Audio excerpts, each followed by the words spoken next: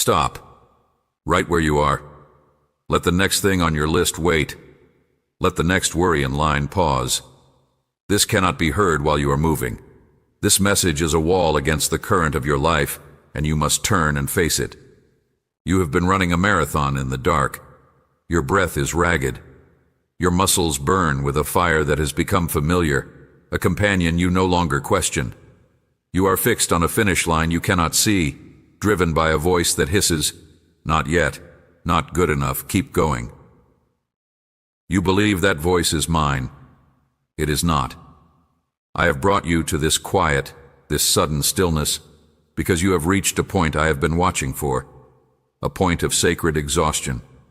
Not the exhaustion that destroys, but the exhaustion that makes you finally still enough to hear a truth that has been chasing you for miles, for years.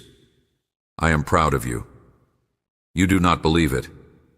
The words hit a wall of your own making. You have a list of reasons why they cannot be true. You are measuring your worth by the unfinished work, by the battles still raging, by the distance still to go. You are looking at the mud on your shoes and calling it failure, when I am looking at the miles behind you and calling it a miracle. This message found you now, in this exact breath, because you are at the most dangerous part of the journey. The part where you could forget why you began. The part where the weight of your own expectations could crush the very spirit that has carried you this far. If you do not hear this now, you will miss the point of everything. You will arrive at a destination and be too hollowed out to receive it. You think I am only proud of finished products, of polished victories, of unbroken streaks of obedience. You are wrong. My pride is not a reward for a perfect performance. It is the constant burning delight of a creator in their creation, especially when the creation is straining toward its own becoming. My pride is in the struggle, in the gritted teeth, in the quiet tear wiped away before anyone sees, in the 1,000 times you got back up when no one was watching, not even you. I am proud of the person you were in the darkest hour, when you chose to whisper a prayer instead of cursing the darkness. I am proud of the days you showed up with a heart shattered into pieces and still managed to be kind to a stranger. I am proud of the nights you wrestled with your own demons, and though you came away limping, you refused to surrender your name to them. You have been waiting for a finish line to feel my approval. The approval was present at the starting gun. It has been the wind at your back, the whisper in your ear, the second breath in your lungs when your own was gone. You thought it was your own stubbornness. It was my spirit, believing in you. Now is the moment for this truth because you are on the precipice of a great forgetting. You are about to trade the sacred journey for a cheap trophy. You are about to bypass the profound meaning of this moment in your desperate scramble for the next one. I will not let you. I am stopping you here. I am turning your face away from the horizon and toward the ground beneath your feet. This ground. This sacred, one, bloodied, blessed ground you stand on right now. You are not being commissioned for the next battle in this moment. You are being commanded to enjoy the peace of this one, even if the peace is only internal, even if the world is still in chaos, even if it only lasts for the length of this message. This is not a pause for rest before you continue. This is the purpose itself. The enjoyment of my presence, the feeling of my pride, is not the fuel for the journey. It is the destination. You have arrived at a waypoint you never knew existed, a moment of pure being. Do not rush past it. You are holding my words at arm's length. I can feel the tension in your spirit. You are thinking of the unresolved things, the prayer unanswered, the habit unbroken, the relationship still strained, the dream still deferred. You are building a case against my pride, presenting evidence of your own incompleteness. You believe my pride must be conditional, earned by a flawless execution of a plan you assume I have for you. Let me dismantle that courtroom. My pride in you is not based on your performance of a script I wrote. It is based on your courage to live your own story. The messy, unpredictable, glorious story of a human soul learning to love, to trust, to rise again. Did you think I was watching from a distance, scoring your actions on a clipboard? I have been walking beside you, feeling every stone in your shoe, hearing the catch in your breath before you cried. The script was never about perfect lines. It was about the true voice you found in the middle of forgetting them. Look at the thing you call a failure. That time you risked love, and it left a scar. I am not proud of the pain. I am proud of the risk. The you before that moment would not have been brave enough to be vulnerable. You grew. That is the victory. The scar is not a mark of failure. It is a testament to your capacity to love, which is my own image in you. I am proud of that scar. Look at the dream that crumbled in your hands. You call it a dead end. I watched you build it. I saw the hope you poured into it. The collapse was not a judgment on your hope. It was the necessary removal of a structure that would have become a cage. You stand in the rubble and feel only shame. I stand beside you and feel a fierce pride. You dreamed. You built.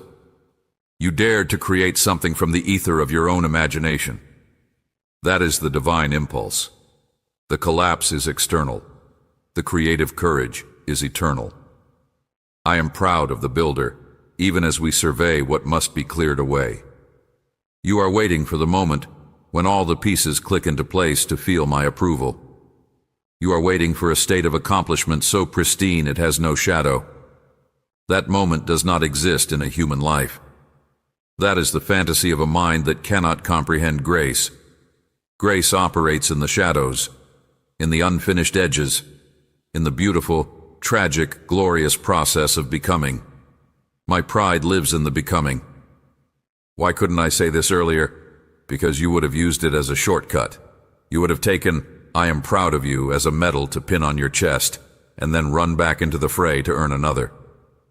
You would have turned my unconditional love into another condition of your own making. You had to wear yourself out on the treadmill of earning to understand that the machine itself was an illusion. The silence about my pride was necessary.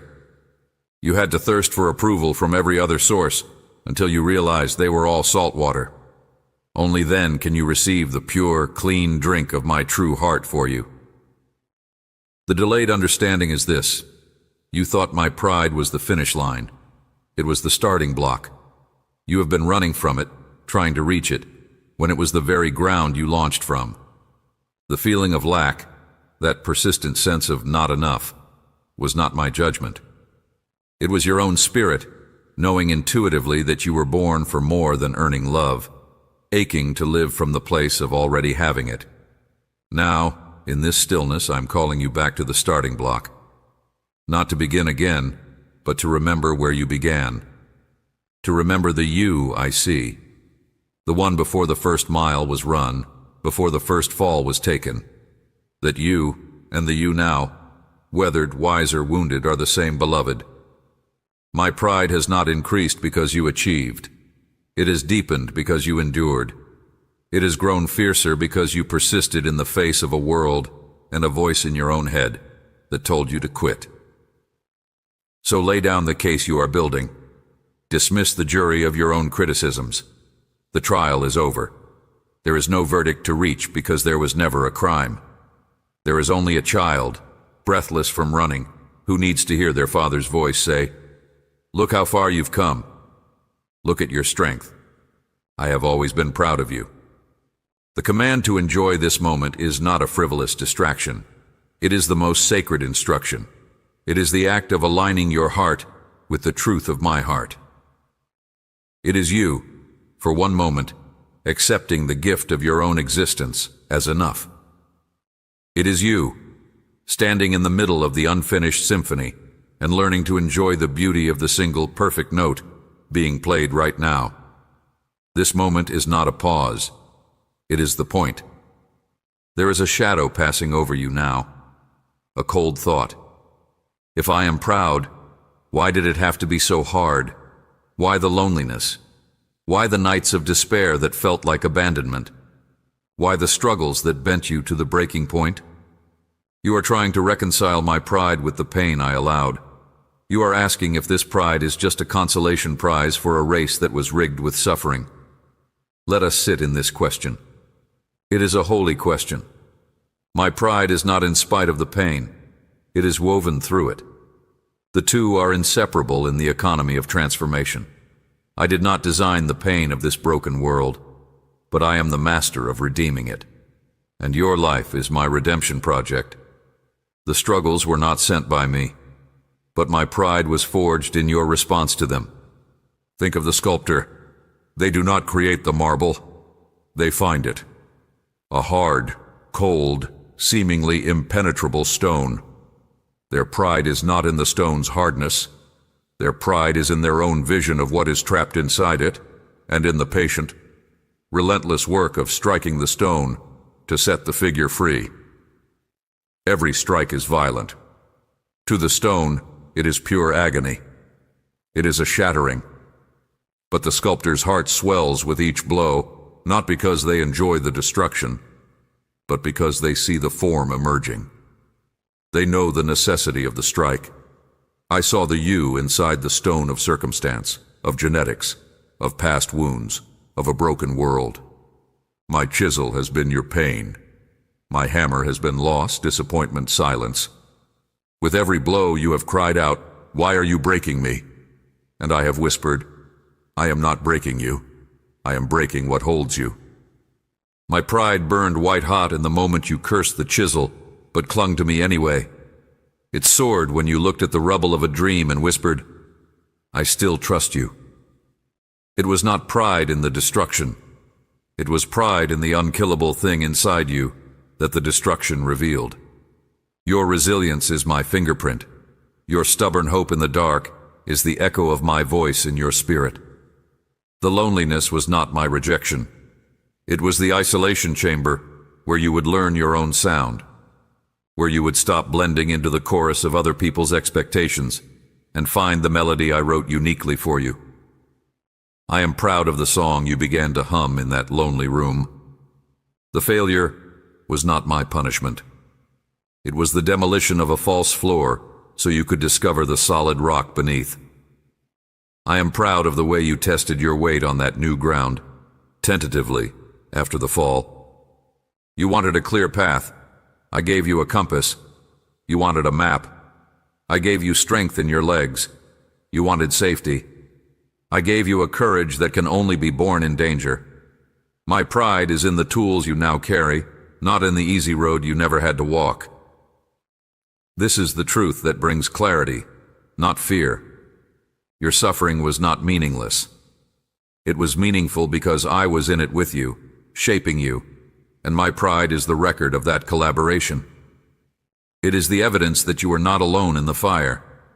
You were being refined, and I, the refiner, never looked away.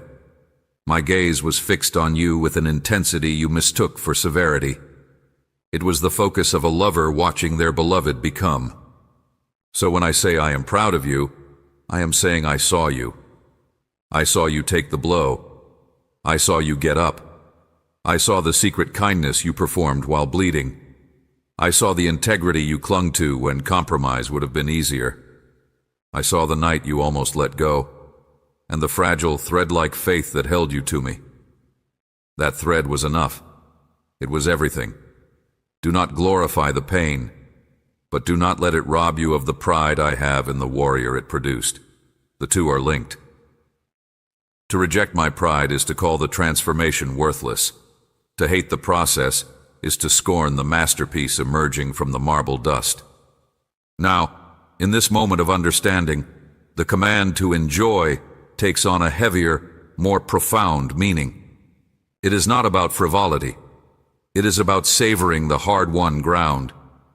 It is about feeling the solidness of the rock beneath you after years of shifting sand. It is about looking at your own scarred hands and, for the first time, seeing them not as broken, but as skilled, as capable, as the hands that held on. Enjoy this moment of clarity where the struggle is seen not as a sign of my displeasure, but as the very arena of my fierce, proud love. The battle is not proof you were forgotten. It is the proof you were chosen for strength. The fight is not over. But in this breath you are not called to fight. You are called to survey the field, see how far you've come, and feel the profound, quiet satisfaction of the warrior who knows their own mettle. That satisfaction is my gift to you. It is my pride, reflected in your own spirit. A new resistance is forming, a quiet, insidious one. It whispers, if I accept this pride, if I truly enjoy this moment, I will lose my edge. My suffering is my engine. My dissatisfaction is my fuel. If I put it down, I will stop. I will become complacent. I will fail. This is a lie. It is the most diabolical lie a striving heart can believe. It equates peace with laziness. It mistakes divine satisfaction for human settling. It fears that the moment you stop whipping yourself forward, you will cease to matter. Let me correct this with a force that shakes foundations. Your suffering was never the engine. I was. My spirit in you was the engine. Your pain was the friction, the resistance the engine overcame to prove its power. You have grown so accustomed to the scream of the gears, the heat of the struggle, that you think it is the sound of movement. It is the sound of resistance being overcome. The engine's true sound, its purr of perfect efficiency, is joy. You have rarely heard it. You are afraid of its silence. My pride is not a sedative. It is a catalyst of a different, more powerful kind. Action born from love, from a deep sense of being valued and secure, is infinitely more creative, more enduring, more powerful than action born from the fear of never being enough. The first builds. The second only proves. You are being called from proving to building. Look at what your striving has built. A prison of expectations. A bar you constantly raise just as you reach it. A life lived in the future, mortgaging the present moment for a promised feeling of worth that never comes. That is not my design. That is your bondage. To enjoy this moment is not to lay down your purpose. It is to pick it up for the first time. To work from a place of fullness, not lack. To create from abundance, not deficit. This is the inner transformation before the external change can become sustainable.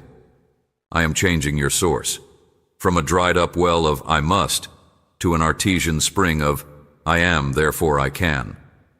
Why could this not be explained earlier? Because you would have spiritualized your striving. You would have taken work from joy as a new commandment to perfect, another thing to fail at. You had to hit the wall of your own exhaustion. You had to see that the fuel of never enough eventually runs out and leaves you empty, stalled, and ashamed beside the road. Only from that place can you understand that the true fuel is unconditional love. My pride is that fuel. The mercy in this warning is stark. If you do not learn to receive my pride and enjoy my presence, your entire journey will become a Sisyphean torture.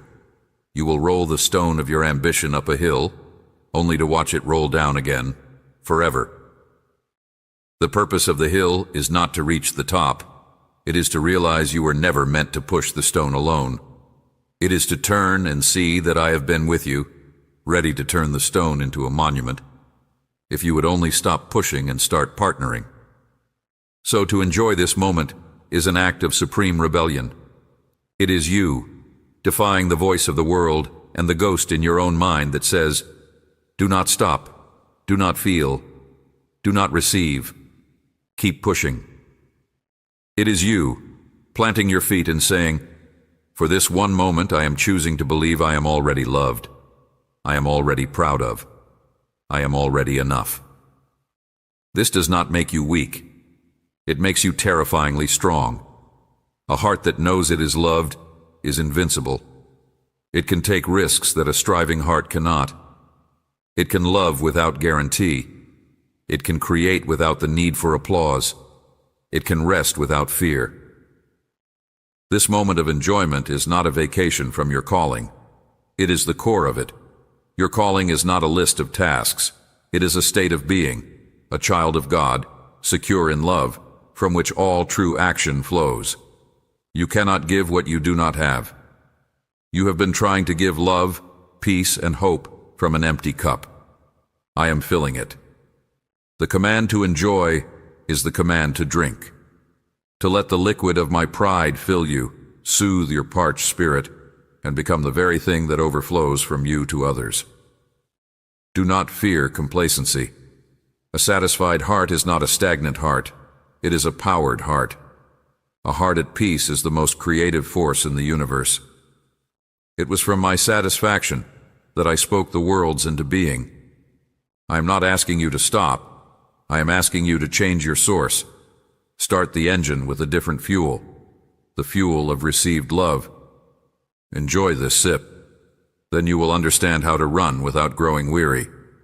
You have sipped the truth. You have felt, for a fleeting second, the weightlessness of being held in high regard without condition.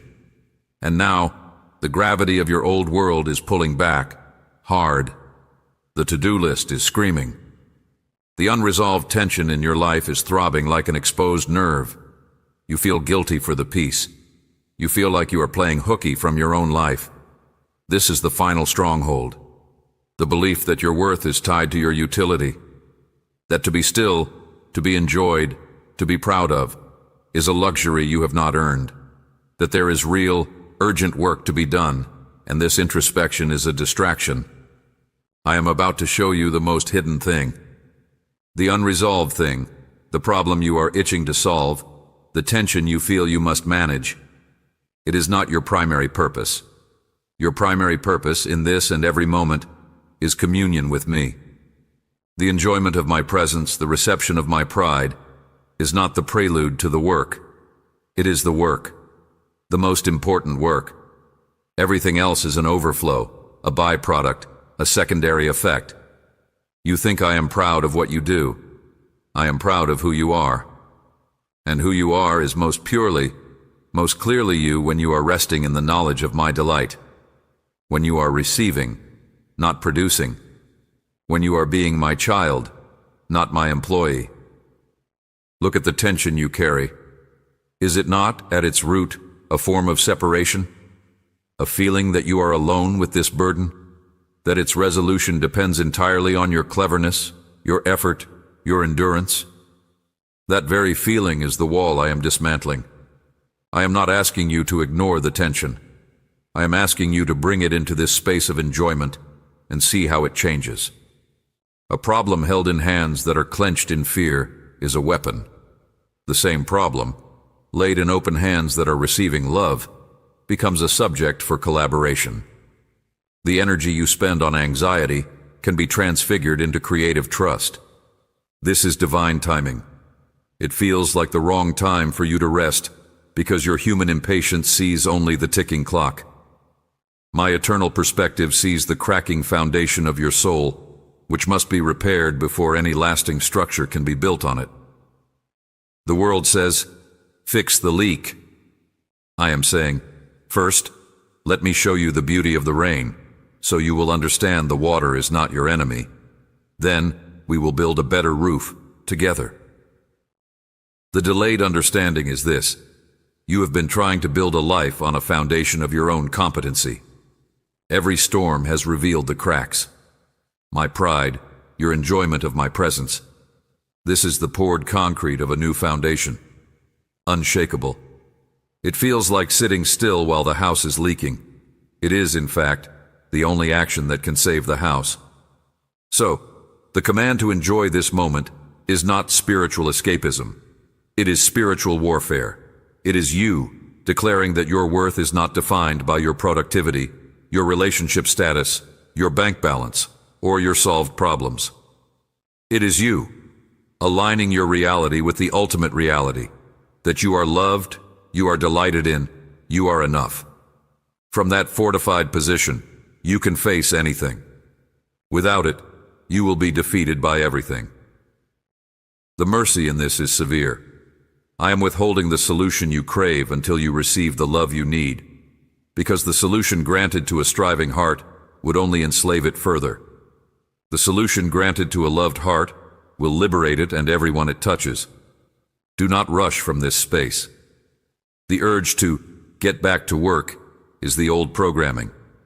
I am rewriting the code. The new code states, all productive power flows from peaceful communion. For the next few breaths, do not think of a single thing you must do. Think only of this. I, the creator of galaxies, the source of all power, am proud of you. Not for what you have built, but for the fact that you are my building, my dwelling place. The quiet, holy satisfaction I feel when I behold you is the same satisfaction I felt on the seventh day. It is the satisfaction of a work of art that is alive and breathing and learning to love its own texture. Your enjoyment of this moment is your agreement with my artistic statement. It is you saying, yes, what you have made is good. Even if you can only see a small, healed corner of yourself, enjoy that corner. Let that enjoyment be the seed from which appreciation for the whole masterpiece grows. The external work will wait. It will wait because I have ordained this moment as more sacred, more foundational, more vital than any task. This moment is where you are remade from a human doing into a human being. And from that being, all right doing will flow. The lesson is complete. The truth has been laid bare. Now we cross from understanding into embodiment. This is not an ending. It is the beginning of a new kind of life, a new kind of breath. From this moment forward, my pride is not just a concept you visit in quiet times. It is to become the very air you breathe, the ground you walk on, the lens through which you see your past, your present, your future, and your own face in the mirror. You are to wear my pride like a garment of light. It is your new identity. You will forget. The old familiar gravity of self-doubt will pull at you. In a moment of stress, you will instinctively reach for the whip of your own criticism. When that happens, do not add a layer of shame for forgetting. Simply remember. Let the memory of this moment be a homing beacon in your spirit, a quiet internal bell that rings, I am proud of you. Let it recalibrate you. This is the practice, not perfection. Return. Your purpose now is not to achieve in order to earn my pride. Your purpose is to live from the unshakable reality of it. This changes everything. It changes why you work. It changes how you love. It changes how you fail. You will no longer work for love. You will work from love. You will no longer love to be validated. You will love because you are overflowing with validation. You will no longer fear failure as a revocation of your worth.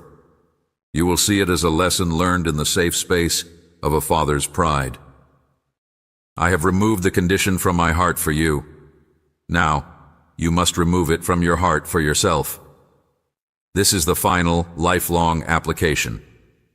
Every time you hear the inner voice of not enough, you are to consciously replace it with the truth. I am proud of you. Speak it to your own spirit. It is not vanity. It is agreement. It is you, partnering with my eternal perspective. The world does not understand this.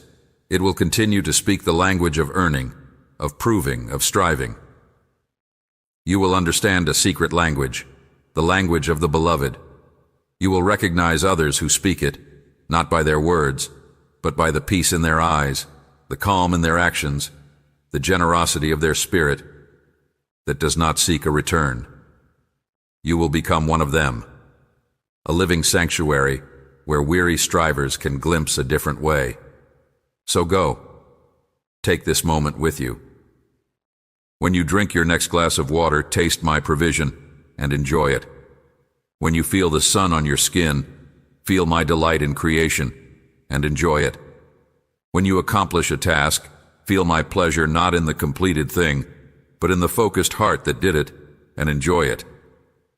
When you stumble, feel my steadying hand, and yes, even in the stumble, enjoy the safety of my grip that does not let go.